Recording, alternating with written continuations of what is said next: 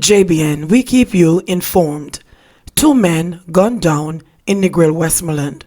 The Westmoreland police are probing the shooting deaths of 2 men in the Whitehall area of Negril in the parish on Friday. The deceased are 23-year-old Wayne Clarke, otherwise called Big Way, and 28-year-old Donovan Stevenson, both laborers of red ground in Negril. Reports are that about 8 a.m. Stevenson and Clarke went to Orchard Lane in Whitehall. While there, they went to a shop to make a purchase and were approached by armed men who opened gunfire, hitting them multiple times. The gunmen then fled the scene. The 2 wounded men were pronounced dead at hospital. A manhunt has since been launched for the attackers. Golding describes Greektown shooting as an act of depraved violence. Member of Parliament for St. Andrew South, Mark Golding, has condemned the killing of 2 boys and injury to 5 others arising from a shooting incident in Greektown, a section of the constituency, yesterday. The teens, Alan Thompson, age 15, and Javon Christie, 17, were shot dead around 10:32 a.m., police said, as they gathered at a birthday celebration in the community in which they live. The 5 others remain in hospital. Police gave limited information on the incident, saying that 2 men traveling on foot fired shots at the group and ran away. Speculation too is that the shooting incident may have been linked to another shooting incident in Admiraltown Friday night, which left 1 man dead. I have visited the area and can attest that this orgy of violence has left the community traumatized. My heartfelt sympathies and condolences go out to the parents, families, and friends of the deceased and injured youngsters, Golding said. It is indeed bewildering that such horrible violence is taking place at a time when our country is in an unprecedented public health crisis. It is my sincere wish that the community will cooperate fully with the police so that the culprits are speedily brought to justice, Golding stated. Among those shot is a 6-year-old. Health Minister launches investigation into death of young mother refused care in hospital. Minister of Health and Wellness, Dr. Christopher Tufton, says an investigation has been ordered into the death of a young mother who was denied access to health care after presenting with flu-like symptoms.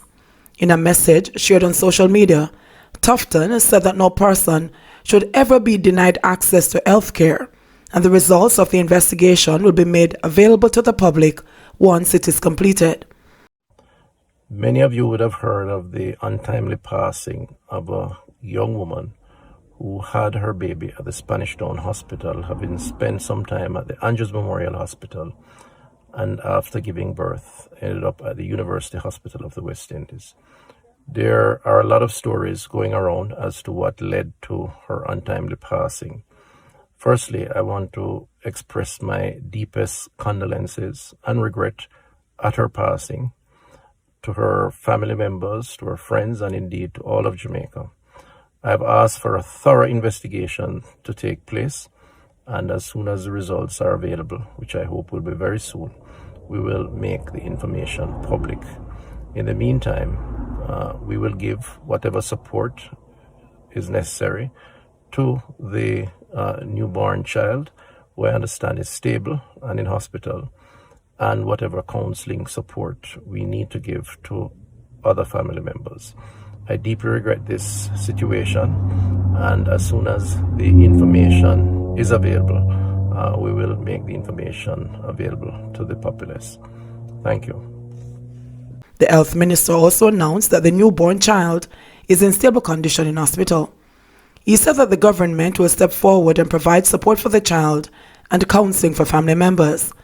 Before the social media statement by Dr. Tufton, the People's National Party PNP said in a news release that the young mother's death calls into question the public health system's operation protocol for COVID-19.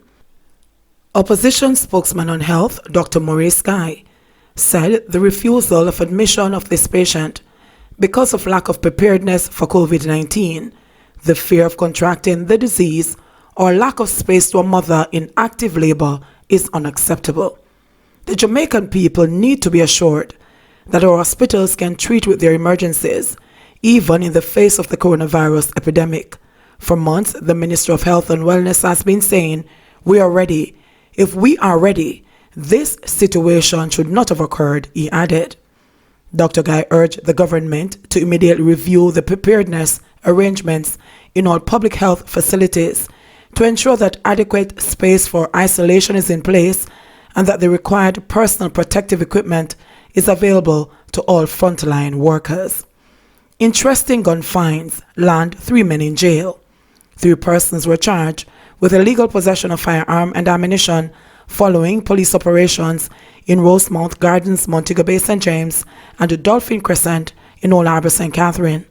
They are Trevor Barnes, a 58-year-old shop operator, and Siobhan Barnes, otherwise called Hashman, a 27-year-old car wash operator, both of Rosemount Gardens, St. James, and O'Dane Melville, otherwise called Reds, a 30-year-old steelman of Dolphin Crescent, Old Harbour, St. Catherine.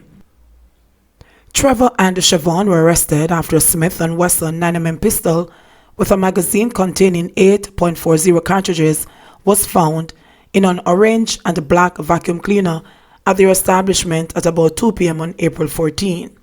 They were charged following a question and answer session in the presence of their attorneys. In Old Harbour on Friday, April 24, at about 4:15 p.m., Melville was reportedly seen with a gun on his veranda. He was accosted by the police, and on their approach, he ran. The house was searched, and a .38 Smith & Wesson revolver containing 4.38 cartridges was found in the kitchen of the dwelling. He was later arrested and subsequently charged. The court dates for the accused persons to appear in court are being finalized by the police. Plead guilty if you know you are, Minister urges. Justice Minister Delroy Chuck has urged individuals with minor offences who know that they are guilty to plead guilty and to lessen the burden on the court system post-COVID-19. To all litigants in the courts, now is an opportunity to rethink your case. The courts have said guilty pleas will be accepted, and especially in the parish court. I would say persons with minor offences who know they are guilty, speak to your lawyer with a view to plead guilty, and at this time I know the judges will hopefully extend a lot of courtesy and don't send you to prison, the Justice Minister said. This is the opportunity to close your case. It is the same with litigants in civil matters. If the participants, especially the attorneys, can discuss and settle the matter, then you can ease the burden when the court reopens, Chuck added. He, however, emphasized, we don't want persons who are not guilty to plead guilty. The minister, who was speaking during a digital town hall meeting put on by the ministry, said that notwithstanding this pandemic crisis, the courts, Ministry of Justice and the government are still open for business, albeit in very limited circumstances. He said while trials have been put off until late in the year, consistent with social distancing requirements, other matters are still being dealt with by the courts. What is important to note is that in this crisis, the Chief Justice, Supreme Court judges, Parish Court judges, the attorneys, we are all looking how we can innovate and be creative in responding to the challenges in the justice system. The courts continue to operate using technology.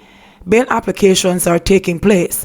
Matters such as case management, access to the court registries, and a number of matters that will be engaged in using technology. What is important is for all litigants to know that the courts have not been shut down. It is operating and many services are being offered, Chuck added. Meanwhile, accused persons living in St. Catherine who are on bail with reporting conditions have been granted a reprieve from reporting due to the current lockdown in the parish. Bail hearings of people in that parish are in the meantime being heard by the Supreme Court. Chief Parish Court Judge Chester Crooks, speaking during the forum, said extraordinary steps have been taken in the parish courts to significantly scale down operations. Of course, in St. Catherine, he had to shut down the courts pending lifting of the parish-wide curfew now in effect for St. Catherine. We have maintained a skeleton staff at the parish courts to deal with emergency matters such as habeas corpus applications, bail hearings, in terms of the family court and the children's court, matters dealing with domestic violence, maintenance payments, and of course emergency matters involving children, he explained.